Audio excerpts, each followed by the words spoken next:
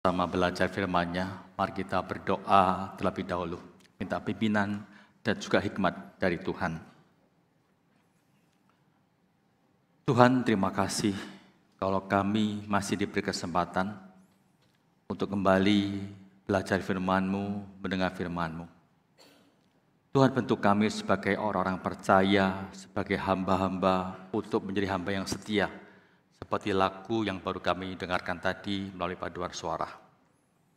Tolong kami Tuhan dalam menjalani kehidupan kami sebagai orang-orang percaya, ketika kami melayani Engkau sebagai anak-anak-Mu, kami bisa melakukan dengan motivasi yang benar, di mana kami melayani Engkau adalah untuk memuliakan nama-Mu. Dan kelak, kalau kami sudah waktunya Engkau panggil, maka Engkau bisa menilai kami sebagai hamba yang setia. Terima kasih Tuhan.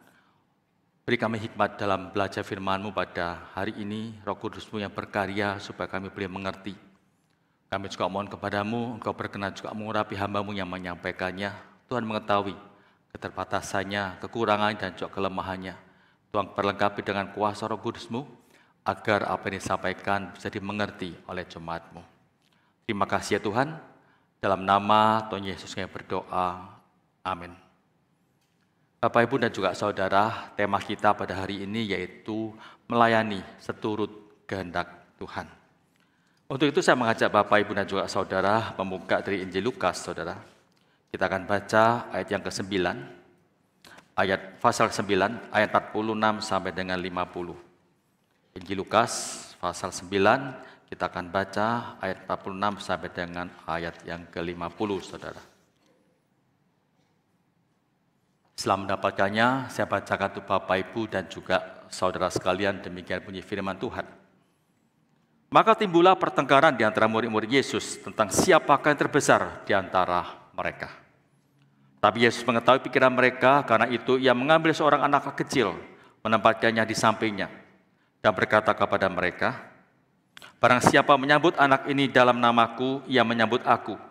Dan barang siapa menyambut aku, yang menyambut dia yang mengutus aku. Karena yang terkecil di antara kamu sekalian, dialah yang terbesar.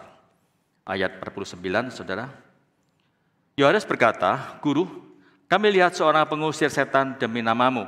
Lalu kami cegah orang itu karena ia bukan pengikut kita. Yesus berkata kepadanya, jangan kamu cegah, sebab barang siapa tidak melawan kamu, ia ada di pihak kamu. Bapak Ibu, berbahagialah setiap kita membaca firman Tuhan dan kita bisa melakukan dalam kehidupan kita sebagai anak-anaknya. Bapak Ibu dan juga saudara, kalau kita baca tema ini yaitu melayani seturut kehendak Tuhan, itu artinya ada juga waktu kita melayani tidak seturut kehendak Tuhan. Betul enggak? Jadi ada waktu kita melayani, ternyata selama kita melayani ini segala jerih lelah kita itu tidak seturut kehendak Tuhan, dan itu jelas tidak berkenan di hadapan Tuhan, dan kita akan mendapatkan kesia-siaan kalau kita melayani Tuhan seperti itu. Saudara, pertanyaan kita sekarang, bagaimana caranya supaya pelayanan kita itu bisa sesuai dengan kehendak Tuhan? Nah, hari ini kita akan belajar bersama, saudara. Sebagai orang Kristen, tentu kita nggak asing dengan istilah pelayanan, bukan? Kita seringkali mendengar pelayanan itu seperti apa itu melayani. Kita seringkali mendengar. Coba waktu kita ditanya, apa sih arti melayani Tuhan? Kita seringkali bingung untuk menjawabnya, betul nggak saudara? Kita bingung untuk menjelaskan pelayanan itu seperti apa sih sebetulnya yang terjadi. Itu mengapa saudara? Karena sekarang ini sudah begitu rancu pelayanan-pelayanan yang terjadi, pengertian pelayanan di gereja maupun di luar gereja, saudara. Seorang penulis buku bernama Andar Ismail pernah menjelaskan dalam bukunya berjudul Bagaimana Melayani. Dia menjelaskan selamat melayani. Dia menjelaskan seperti ini. Ada beberapa hal yang menjadi kerancuan mengenai pengertian melayani. Misalnya seperti ini, saudara. Seorang pemuda ketika mendapat tugas dari gereja menuju ke suatu tempat untuk melayani. Kemudian bendahara memberikan uang transport kepada pemuda ini. Pemuda ini menolak, saudara. Dia mengatakan, oh jangan. Ini adalah pelayanan, jadi nggak perlu saya diganti transportnya. Apa artinya? Artinya, jadi kalau pelayanan itu, saudara, itu dilakukan dengan sukarela, tanpa ada embel-embel lainnya. Contoh yang berikutnya, saudara, di mana ketika sebuah gereja meminta bantuan atau mengharapkan jemaat untuk bisa berpartisipasi ketika membangun gereja atau mendirikan sebuah sekolah, maka dihimbau supaya jemaat bisa memberi persembahan. Maka ada orang yang mengatakan dengan mengangguk-angguk kepala, dia mengatakan, baik, kita mari melayani mereka yang membutuhkannya. Nah, apa arti melayani di sini, saudara? Yaitu memberikan persembahan, memberikan sumbangsi untuk pekerjaan Tuhan yang ada di gereja maupun di sekolah. Nah, saudara, ketika hari ini saya, Pendeta Hendy, melayani perjamuan kudus, itu artinya, di sini melayani artinya, saudara, melakukan sesuatu atau memimpin dalam perjamuan kudus tersebut. Jadi kita lihat, begitu banyak pengertian melayani, saudara. Yang berikutnya, ada misalnya suatu ketika, ketua panitia itu tidak menjalankan tugasnya dengan betul, dengan baik. Asal-asalan waktu menjalankan kepanitiaannya. Maka ada orang mengatakan, ya maklumlah, namanya pelayanan. Apa artinya, saudara? Artinya pelayanan itu bisa asal-asalan, enggak serius, enggak apa-apa, kita maklumi. Karena memang mereka itu tidak digaji, jadi mereka pun waktu mengerjakan enggak benar, ya enggak apa-apa. Namanya juga pelayanan, seperti itu.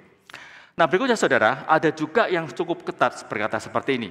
Seorang ketua paduan suara berkata pada anggota paduan suara, saya harap kalian kalau datang latihan, jangan terlambat. Latihan dengan serius, ingat, ini adalah pelayanan. Artinya, pelayanan itu tidak boleh asal-asalan, tapi dengan serius. Nah, kalau kita bandingkan, tadi orang yang melayani dengan asal-asalan seperti itu, dengan yang tadi anggota paduan suara, kita mulai bingung. Lalu arti pelayanan itu apa sih sebetulnya? Apa sih arti pelayanan itu sebetulnya? Apakah boleh asal-asalan ataukah dengan serius, saudara? Nah, saudara kasih Tuhan, sebetulnya apa sih arti melayani? Saya pernah juga bertanya pada seseorang. Ketika dia baru kenal, saya tanya, kamu kerjanya di mana? Dia menjawab, saya enggak bekerja. Saya melayani gereja di Surabaya. Waktu itu mungkin waktu kita mendengar, kita bingung juga. Apakah bekerja itu bukan melayani? Saudara dikasih Tuhan. Nah, saudara dikasih Tuhan, saudara mungkin bingung waktu ditanya arti melayani itu sesungguhnya, saudara. Sekarang akan saya tambah kebingungan, saudara. Arti pelayanan itu seperti apa? Di luar gereja atau di dunia, saudara, itu juga banyak masyarakat umum yang menggunakan istilah melayani. Contohnya seperti ini. Pelayanan di restoran itu baik sekali. Artinya apa? Waktu itu pelayanan itu artinya bahwa restoran itu melayani kita dengan baik, menunya bagus, karyawannya juga begitu baik, ramah melayani kita, dan juga yang lainnya. Maka dikatakan pelayanan di restoran itu bagus dan baik. Kemudian misalnya ada juga orang-orang yang suka usil, yang seringkali mungkin suka gosip dan menggoda kita. Kita seringkali mengatakan, udahlah, orang seperti itu nggak usah dilayani, biarkan aja. Artinya, kita tidak perlu gubris orang seperti itu. Nah, saudara kasih Tuhan, contoh berikutnya, misalnya pelayanan di rumah sakit atau poliklinik, dikatakan pelayanan rumah sakit itu atau poliklinik itu jelek sekali. Artinya apa, saudara? Perawat, dokternya nggak melayani dengan baik. Berikutnya lagi, dan celakanya, saudara, seringkali pelayanan itu juga dipakai dalam tempat-tempat tertentu. Misalnya seperti nightclub dan sebagainya. Itu dikatakan karyawan kami akan melayani engkau dengan baik. Itu jelas pengertiannya juga berbeda. Nah, Bapak Ibu dan juga saudara kasih Tuhan, apa sih arti melayani itu sebetulnya? Kadang-kadang kita bingung merevisikannya. Kalau saya boleh tanya pada saudara, baik aktif melayani maupun ya bukan, coba saudara jelaskan, apa arti melayani Tuhan? Bisa nggak saudara jelaskan kepada kita? Sehingga kita mendengarkan, oh melayani Tuhan itu seperti itu. Bisa nggak, saudara? Bagi saudara ikut paduan suara, sebagai pengurus, komisi dan juga sebagainya, bisa nggak kita menjelaskan apa arti melayani itu sebetulnya? Saudara kasih Tuhan, supaya kita nggak bingung, coba kita kembali pada pengertian Alkitab pada perjanjian baru pada jemaat mula-mula. Di mana kalau kita lihat, saudara, ada 4 kata yang digunakan untuk melayani Tuhan. Yang pertama, itu adalah diakonia, nomor 1 dulu, saudara. Diakonio, saudara. Nah, saudara kasih Tuhan, apa itu arti diakonio? Itu menyediakan makanan di meja untuk majikan. Jadi pada waktu orang-orang, para karyawan, para budak misalnya, waktu mereka melayani orang-orang atasan mereka, majikan mereka, atau para pelayan itu, mereka dikatakan mereka itu melakukan diakonio. Kemudian kalau kita mengenal, maka ada juga dikatakan melayani orang yang justru lebih rendah daripada dia sendiri. Misalnya seorang majikan melayani karyawannya, itu artinya diakonio, saudara. Nah, di sini kita lihat melayani itu orang lain menggunakan. Jadi kalau kita lihat di sini, menggunakan karunia yang berbeda-beda. Jadi ada orang yang melayani Tuhan dengan karunia yang mereka yang berbeda-beda, saudara. Nah, diakonio akhirnya dikenal dengan diakonia dan diakonos. Sekarang ini, jadi kalau sekarang kita mengenal diakonia itu artinya di mana gereja kita melayani orang-orang yang membutuhkan pertolongan. Para jemaat yang miskin atau yang membutuhkan pertolongan, itu kita lakukan, saudara. Pengertian yang kedua dari kata pelayanan itu, yaitu duleo, saudara. Nah, artinya apa, saudara? Yaitu seorang budak yang melakukan perintah yang diberikan tuannya, apapun yang diperintahkan harusnya dilakukan. Jadi misalnya seorang budak, seorang hamba, itu tidak punya hak sama sekali atas dirinya. Apapun yang dikatakan oleh perintah tuannya harus dilakukan dengan baik. Itu adalah seorang hamba atau seorang budak. Meskipun itu mungkin bertentangan dengan apa yang dia lakukan. Ada sebuah contoh yang mungkin pernah saya sharingkan juga. Ada seorang tentara dalam peperangan antara Jerman dengan Perancis. Pada waktu tentara itu diperintah oleh komandannya untuk menembak sebuah rumah. Waktu dia akan menembak, dia begitu gugup, bahkan dia begitu gemetar. Padahal sebelumnya kalau sudah menembak, dia langsung jitu, kena sasaran. Nah, setelah dia tembak selesai, rumah itu hancur, saudara. Tiba-tiba dia menangis. Kemudian komandannya tanya, "Loh, kenapa kamu menangis?" Dia mengatakan, "Bapak tahu, rumah yang saya tembak yang dijadikan sarang musuh itu ada rumah saya. Waktu saya bekerja, saya nabung uang untuk bisa mendapat rumah itu. Sekarang hancur di tangan saya." Itu lihat Bapak-Ibu. Seorang hamba, seorang budak yang mau taat melakukan apa perintah tuannya, meskipun itu merugikan dia sendiri. Itu artinya seperti ini, duleo, saudara. Nah, kalau kita lihat yang menarik, saudara, Yesus itu digunakan istilah ini. Dia seorang hamba, dia seorang budak yang siap melakukan apa yang diperintahkan tuannya, yaitu Allah Bapa. Dia juga seorang hamba yang siap melayani manusia yang berdosa, yang patut mendapat keselamatan dari Tuhan. Yang ketiga, saudara, yaitu liturgio, saudara. Itu artinya bekerja untuk kepentingan rakyat atau kepentingan umum sebagai lawan untuk. Jadi kali ini kalau kita lihat lawannya, yaitu bekerja untuk kepentingan diri sendiri, saudara. Orang yang melakukan liturgio disebut liturgos. Jadi saudara, kalau saudara sebagai seorang WL, sebagai liturgos, maka tugas saudara itu adalah melayani Tuhan dan juga jemaat. Maka waktu saudara mengajak jemaat nyanyi bersama, itu artinya saudara mengajak melayani mereka sama-sama, mari kita sama-sama memuji Tuhan. Dan kita siap untuk melayani mereka. Itu sebabnya dikatakan sebagai liturgos. Mereka betul-betul menyembah Tuhan, untuk Tuhan dan juga untuk manusia. Itu dilakukan, saudara. Kemudian juga yang kedua, itu pengumpulan uang untuk membangun gereja. Itu juga dikatakan liturgio. Waktu kita menggalang dana untuk membangun gereja, disebut juga dengan liturgio. Kalau kita baca dalam 2 Korintus 9, ayat 12, saudara. Kemudian juga membawa orang yang belum bertobat datang kepada Tuhan.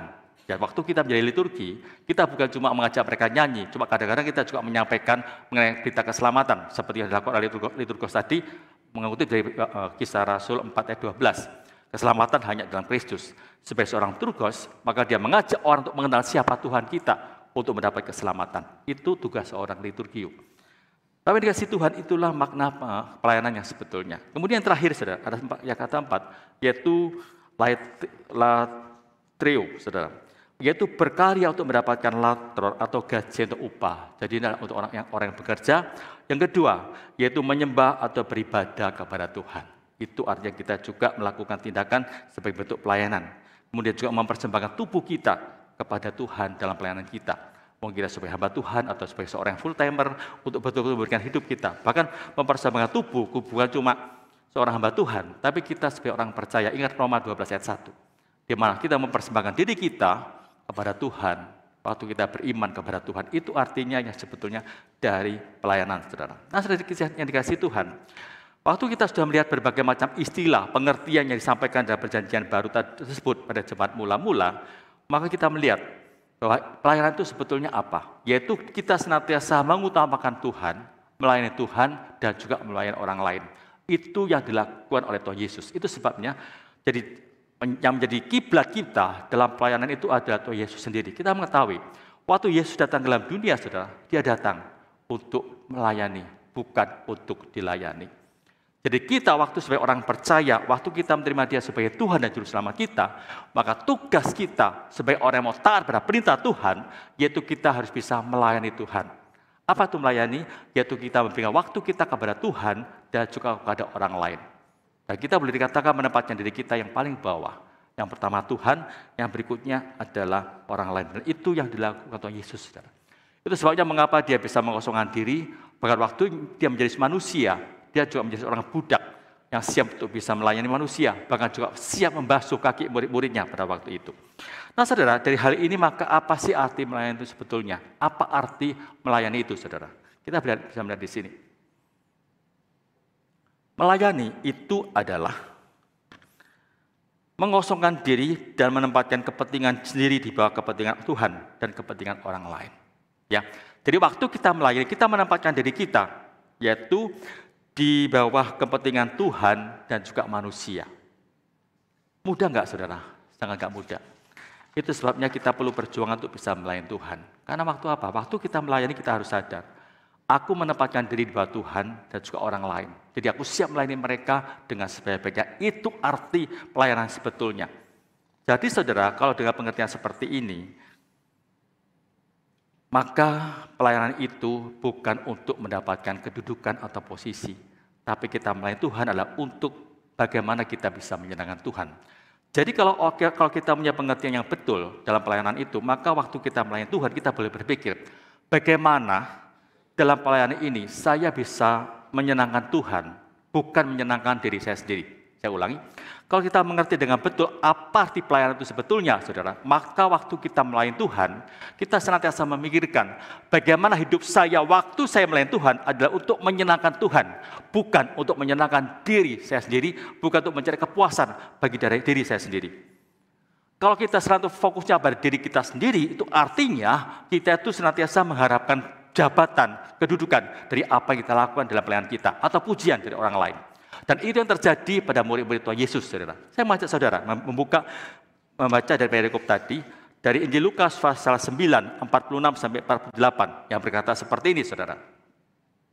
Kita boleh melihatnya, Lukas 9, 46 sampai 48. Maka timbullah pertengkaran di antara murid-murid Tuhan Yesus, tentang siapakah yang terbesar di antara mereka. Mereka bertengkar, saudara. Tentang apa? Siapa terbesar di antara mereka?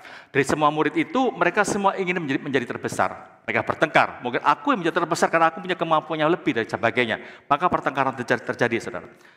Itu hal yang cukup menyedihkan juga bagi seorang murid Tuhan Yesus. Kenapa? Mereka sepertinya nggak ngerti, saudara. Kalau kita baca perikop sebelumnya, ayat 42-43, nggak salah pada waktu kalau kita lihat, pada waktu itu Yesus menyampaikan bahwa dia itu akan menderita. Dia akan mati di atas kayu salib, dia akan menderita. Tapi dikatakan ayat bawahnya bahwa mereka nggak mengerti apa maksud Tuhan Yesus. Yang mereka pikirkan, Yesus datang dalam dunia, nantinya dia akan menjadi seorang raja yang berkuasa atas dunia ini. Dan nanti, waktu dia menjadi seorang raja, maka saya akan mendapat posisi yang baik menjadi seorang bawahan raja. Bahkan kalau kita baca, saudara, kalau kita dengar pernah membaca Injil Matius atau Markus, di mana ada seorang ibu Zebedius, ibu dari Yohanes dan juga Yakobus datang pada Tuhan Yesus. Dia mengatakan, Tuhan, kalau nanti engkau memerintah, biarkan kedua anakku duduk di sebelah kanan dan juga kirimu. Kita lihat, saudara, bahwa tujuan mereka waktu ikut Tuhan Yesus sebagai seorang murid, yaitu untuk mendapatkan posisi atau jabatan. Jelas itu tidak berkenan di hadapan Tuhan. Allah tidak menginginkan waktu kita melayani itu seperti itu. Yang Allah inginkan bagaimana kita bisa memberikan terbaik dari hati kita untuk Tuhan dan juga untuk orang lain. Sekarang ini, saudara, banyak orang-orang berpikir seperti itu. Waktu mereka melayani adalah untuk mendapatkan jabatan. Sayang sekali, dan itu mungkin terjadi dalam kehidupan kita, dan kita lihat sekarang ini, saudara. Nah, kalau sekarang kita kembali pada murid-murid Tuhan Yesus. Waktu mereka bertengkar, mereka mulai memperebutkan siapa yang berhak menjadi pemimpin di tengah-tengah mereka. Karena mereka merasa, aku lebih mampu daripada kamu. Dan mereka kemudian bertengkar satu sama lainnya. Mereka saling tidak mau mengalah, semua ingin menjadi pemimpin. Nah, saudara, waktu melihat hal itu, bagaimana sikap Tuhan Yesus? Dia nggak memarahi mereka, kemudian Yesus memanggil seorang anak, menempatkan di sampingnya, dan berkata seperti ini, saudara. Barang siapa menyambut anak ini dalam namaku, ia menyambut aku. Dan barang siapa menyambut aku, ia menyambut dia yang mengutus aku, karena yang terkecil di antara kamu, sekalian dialah yang terbesar. Artinya, di samping seorang anak ini, Yesus berkata pada murid-muridnya, ingat, kamu kalau ingin menjadi pemimpin, belajarlah seperti anak kecil ini. Mengapa, saudara, seorang anak kecil yang dipakai oleh Tuhan Yesus? Karena anak kecil senantiasa mempunyai kepolosan hati dan tidak ada ambisi untuk berbuat yang lain, saudara. Dan kita ingat juga, saudara, seringkali dunia itu waktu mereka melayani, maka mereka menjadi seorang pemimpin dan mengalahkan yang lainnya. Yesus berkata berbeda. Kalau kita lihat Injil Markus, saudara, dikatakan seperti ini, pasal 10. Tidaklah demikian di antara kamu, barang siapa ingin menjadi besar di antara kamu, hendaklah ia menjadi pelayanmu. Dan barang siapa ingin menjadi terkemuka di antara kamu, berhendaklah ia menjadi hamba untuk semuanya. Kita lihat, saudara, barang siapa ingin menjadi besar, hendaklah ia menjadi pelayanmu. Barang siapa ingin menjadi yang terkemuka, hendaklah ia menjadi hamba untuk semuanya. Itu perkataannya betul-betul diaplikasikan oleh Tuhan Yesus. Kalau engkau ingin menjadi besar, belajarlah untuk menjadi seorang hamba, untuk menjadi seorang pelayan. Tidak bisa kemudian tiba-tiba kita menjadi seorang pelayan, seorang atasan, seorang pemimpin yang berkuasa, yang bisa bertindak seenaknya. Kalau kita melayani Tuhan bukan untuk itu. Tapi waktu kita melayani Tuhan, kita menempatkan diri kita sebagai seorang hamba yang boleh dikatakan gak ada artinya apa-apa. Yang kita pikirkan, bagaimana hidup saya bisa menyenangkan Tuhan dan bagaimana hidup saya bisa menjadi berkat bagi orang lain. Itu yang harus kita lakukan, saudara. Kalau kita ingin menjadi seorang pelayan Tuhan yang berkenan, di hadapan Tuhan yang berjalan seturut dengan kehendak Tuhan. Bagaimana dengan kita, saudara? Waktu kita melayani Tuhan dalam kehidupan kita sebagai anak Tuhan, waktu kita sebagai majelis, waktu kita sebagai guru sekolah minggu, waktu kita sebagai pengurus rayon, apa motivasi kita? Apa yang kita kejar, saudara? Kedudukan, posisi, pujian. Kalau itu yang kita lakukan, jelas tidak seturut dengan kehendak Allah dan itu tidak berkenan di hadapan Allah. Pertanyaan kita selanjutnya, mengapa Yesus menggunakan anak kecil, saudara? Karena ada beberapa alasan. Yang pertama, saudara, anak kecil itu tidak memiliki ambisi atau atas kedudukan atau kekuasaan. Tapi di sini saya sedikit, itu anak kecil. Tapi dalam kehidupan kita sebagai seorang dewasa, ambisi itu perlu, saudara. Karena kalau tanpa ambisi, kita itu nggak ada gairah untuk bisa mencapai sesuatu. Tapi ingat, waktu kita akan mencapai ambisi kita, tujuan kita, lakukan sesuai dengan kehendak Tuhan. Jangan kemudian menghalalkan segala macam cara untuk bisa mencapai ambisi kita. Jelas, itu nggak berkenan di hadapan Tuhan. Kalau kita lihat contoh-contoh Alkitab, banyak mereka yang menggunakan berbagai macam cara untuk bisa mencapai tujuan hidup mereka, ambisi mereka. Itu yang tidak diperkenan oleh Allah. Yang alasan kedua, mengapa seorang anak? Karena seorang anak, khususnya anak-anak balita, saudara, itu nggak ada pemikiran jahat untuk bisa menyakiti orang lain, ada iri atau ingin menggeser orang lain, enggak. Tapi secara naluri mungkin mereka bisa iri hati, tapi masih ada kepolosan dalam hidup mereka. Yesus mengatakan kalau kamu ingin menjadi seorang pemimpin, belajarlah sebagai seorang anak. Ada kepolosan dalam hatimu, gak ada motivasi yang tidak-tidak. Itu yang Allah inginkan untuk kita lakukan, saudara. Yang ketiga, di mana seorang anak itu sangat bergantung dan percaya pada orang tuanya. Kita punya seorang anak, waktu dia bersama-sama dengan orang tuanya, dia akan percaya 100% kalau papa mamanya akan memberikan terbaik kepada dia. Dia tahu, papa mamanya nggak mungkin bisa menyesatkan dia. Dan itu harus kita lakukan kalau kita sebagai seorang pelayan Tuhan. Di mana kita betul-betul percaya pada pimpinan Tuhan. Dan kita percaya apa yang Tuhan lakukan bagi kita sebagai pelayannya, dia akan memberikan terbaik kepada kita, saudara. Kita betul-betul menyerahkan hidup kita kepada Tuhan dan kita mau taat melakukan apa yang Tuhan perintahkan kepada kita. Itu yang harus kita lakukan. Jadi di sini kita lihat, saudara, teladan yang paling hebat, yang paling baik untuk kita lihat sebagai contoh yaitu Tuhan Yesus sendiri. Waktu Yesus datang dalam dunia, dia datang bukan untuk dilayani tapi dia melayani. Bahkan dia juga mengosongkan dirinya menjadi seorang hamba. Bahkan mati sebagai hamba di atas kayu salib. Dan Tuhan sangat berkenan kepada apa yang dilakukan Tuhan Yesus. Dan Yesus ingin waktu anak-anaknya itu menjadi orang percaya melayani Tuhan, belajarlah untuk melayani dengan sungguh-sungguh. Ingat, saudara, mengapa waktu Yesus sengaja membasuh kaki murid-muridnya? Yesus berkata, lakukan apa yang aku lakukan padamu. Artinya, kita harus bisa melakukan apa yang dilakukan Tuhan Yesus. Mengutamakan Tuhan dan juga orang lain waktu kita melayani Tuhan. Tapi kalau kita senantiasa mencari kepentingan untuk diri kita sendiri, ujian, kekuasaan itu jelas gak seturut dengan perintah Tuhan, gak seturut dengan kehendak Tuhan, saudara. Kita kasih Tuhan. Kalau kita lihat beberapa contoh di Alkitab, kita lihat, saudara, begitu banyak tokoh Alkitab yang seringkali mereka menggunakan berbagai macam cara untuk menjatuhkan akan orang lain, supaya mereka tidak tergeser posisi mereka. Kita ambil contoh Saul, saudara. Mengapa Saul begitu ingin membunuh Daud? Dia tidak ingin kehilangan kekuasaannya. Karena dia tahu Daud sebagai ancaman. Kalau dibiarkan hidup, nanti dia akan diturun tahta atau nanti anaknya nggak bisa menjadi pengganti dia. Tapi dia lupa, yang mengatur itu adalah Tuhan. Apapun yang dilakukan untuk bisa membinasakan Daud, kalau Allah nggak menghendaki, tidak akan terjadi. Namun apapun yang kita lakukan, kalau Allah memang ingin menjatuhkan kita, menurunkan kita pun nggak bisa berbuat apa-apa. Allah akan menurunkan kita. Itu sebabnya Bapak, Ibu, dan juga Saudara, sebagai para pelayan Tuhan, kita harus senantiasa percaya pada pimpinan Tuhan. Jangan takut akan posisi kita jatuh atau tidak. Yang menentukan itu Tuhan, bukan kita, Saudara. Sebaik apapun yang kita lakukan, kalau memang itu nggak Allah kehendaki, tetap kita akan turun, Saudara. Tapi kalau Tuhan memang menghendaki kita nggak bisa turun, ya Tuhan tidak akan tidak mengizinkan dia turun, Saudara. Itu sebabnya waktu kita melayani Tuhan bersama-sama, jangan pernah merasa tersaingi oleh orang lain. Kalau ada rekan kerja lebih baik pada kita bersyukur untuk bergandengan tangan memajukan akan gereja kita bersama-sama. Jangan kemudian tersaingi, kemudian mencari berbagai macam cara untuk menjatuhkannya. Saudara kasih Tuhan, contoh berikutnya itu Absalom. Waktu dia akan mendapat posisi sebagai raja, menggantikan papanya, apa yang dia lakukan? Dia kudeta, ingin menjatuhkan papanya sendiri. Suatu hal yang begitu menyedihkan, seorang anak melakukan hal seperti itu. Bahkan sekarang ini, Saudara, kalau kita lihat begitu banyak dalam perusahaan, dan juga kantor-kantor tertentu, begitu banyak karyawan yang saling sikut sana, sikut sini, untuk menjatuhkan rekan kerjanya. Bahkan bukan cuma di dunia sekuler, tapi di gereja juga terjadi seperti itu. Saya pernah dengar dari seorang hamba Tuhan, salah seorang teman saya mengatakan, saya sudah nggak kerasan lagi tinggal di gereja ini untuk melayani. Saya pergi meninggalkan tempat ini. Kenapa? Dia mengatakan, atasan saya, hamba Tuhan senior saya itu sudah nggak kondusif lagi. Dia mungkin merasa tersaingi dengan saya, dan dia menggunakan berbagai macam cara untuk menjatuhkan dia. Saudara, waktu saya mendengar hal itu, saya juga merasa heran. Kenapa orang itu takut dengan rekan kerja sendiri? Bukankah yang dia pikirkan bagaimana membangun kerajaan surga? Kalau dia punya seorang rekan kerja yang baik, yang lebih daripada dia, itu lebih bagus. Mereka bersama-sama bisa memajukan gereja di mana dia melayani. Tapi seringkali pikiran seperti itu digeser oleh kepentingan pribadi.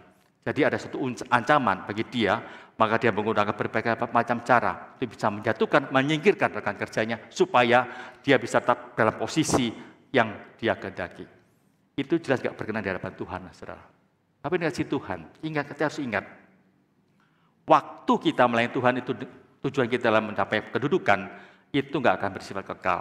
Tuhan bisa menjatuhkannya dan memberi hukuman kepada kita. Kita ingat kisah awal kejatuhan malaikat. Kenapa dia jatuh? Waktu dia ingin mencapai posisi seperti Allah. Allah menghukum dia, menjatuhkan dia menjadi iblis. Demikian juga Adam dan Hawa. Mengapa kemudian Hawa itu mau makan buah yang dilarang oleh Tuhan? Nah, dia ingin supaya posisi dia itu sama dengan Allah. Waktu iblis mengatakan, kamu nggak usah khawatir makan buah itu, nanti kamu bisa sama seperti Allah. Dia tergoda. Dia jatuh dalam dosa seperti itu. Ingat Bapak Ibu, waktu kita melayani Tuhan, waktu kita motivasi kita untuk mencapai kedudukan, awas, itu awal kejatuhan kita. Allah bisa menjatuhkan kita dengan berbagai macam cara. Nah, sebagai orang-orang percaya, waktu kita melayani Tuhan, lakukan dengan penuh ketulusan. Aku melayani Tuhan adalah untuk memuliakan Tuhan, untuk menyenangkan Tuhan. Saudara, dan salah satu ciri orang yang motivasinya memperoleh kedudukan, seperti saya katakan tadi, orang itu tidak akan senang bila melihat orang lain itu berhasil. Saya mengajak saudara membaca dari Lukas 9, 49-50 yang berbunyi seperti ini. Yohanes berkata kepada Yesus, Guru, kami lihat seorang mengusir setan demi namamu. Lalu kami cegah orang itu, karena ia bukan pengikut kita.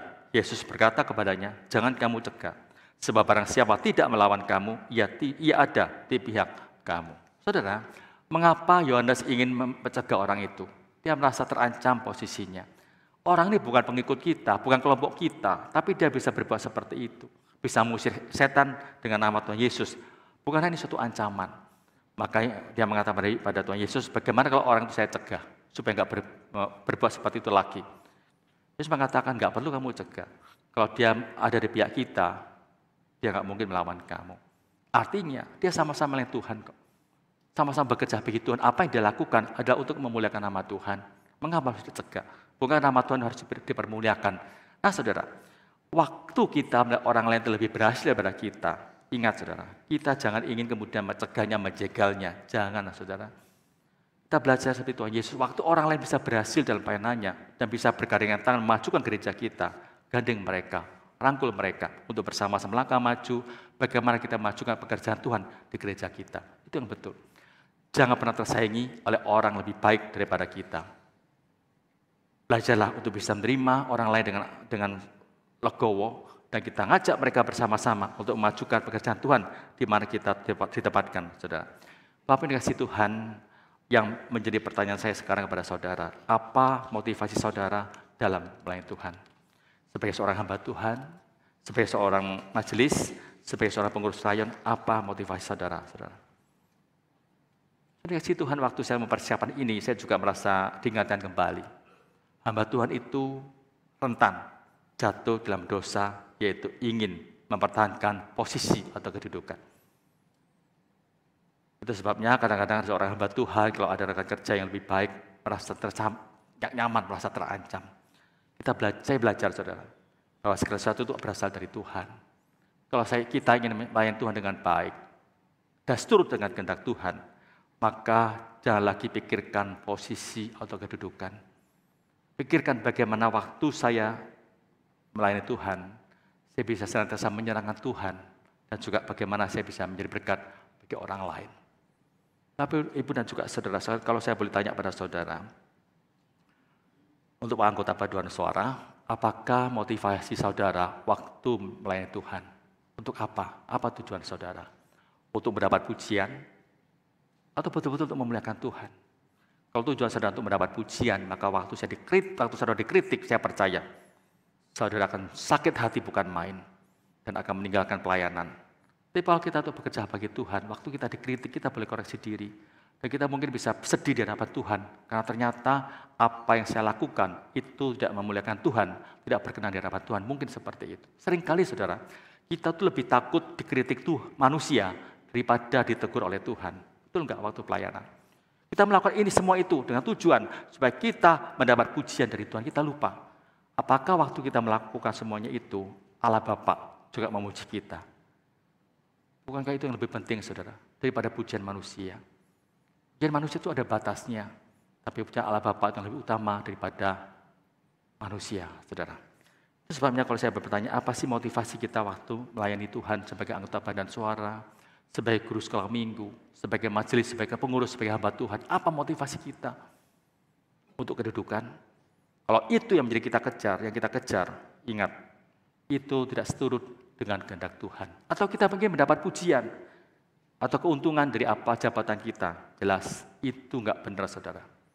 Enggak benar sama sekali. Dan itu sangat tidak berkenan di hadapan Tuhan. Saya baru-baru mendengar suatu kisah yang cukup menarik juga di sebuah sekolah. Ada suatu peraturan, kalau pengurus sekolah itu bisa mendapatkan diskon untuk anaknya sekolah lebih besar. Bahkan ada mengatakan, lebih baik kita jadi seorang pengurus, supaya waktu anak kita sekolah, diskonnya bisa besar.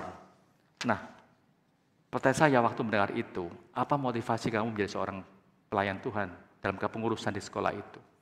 Ingin mendapatkan diskon besar? Apakah itu berkenan di hadapan Tuhan?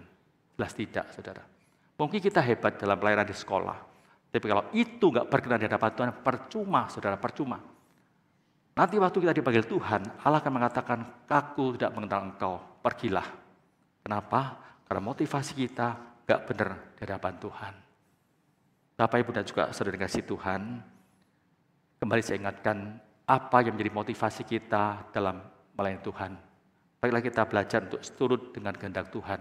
Motivasi kita, tujuan kita bukan untuk mencapai kedudukan, tapi kita senantiasa memikirkan bagaimana saya melayani itu bisa menyenangkan Tuhan dan juga menjadi berkat bagi orang lain.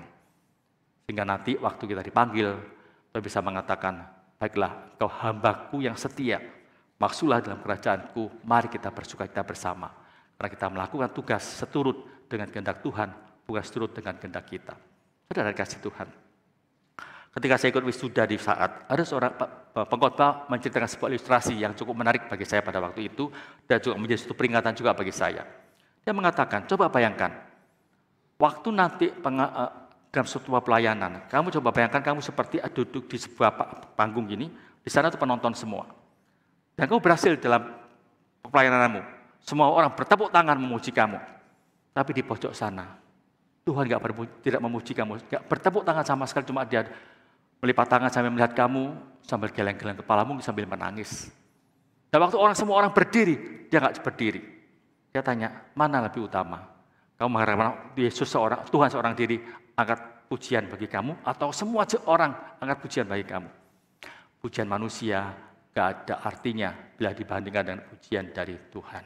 Itu sebabnya mari kita melayani Tuhan dengan sungguh-sungguh, saudara. Bagi saudara yang belum melayani Tuhan, waktunya kita ambil bagian pelayanan yang terbaik bagi Tuhan. Waktu kita sudah melayani Tuhan, murnikan senantiasa motivasi kita. Aku melayani adalah untuk menyenangkan Tuhan, bukan menyenangkan diriku sendiri. Aku melayani Tuhan adalah untuk mengutamakan Tuhan, bukan mencari kekuasaan bagi hidupku sendiri. Mari kita berdoa, saudara. Tuhan, terima kasih untuk firman-Mu pada pagi hari ini.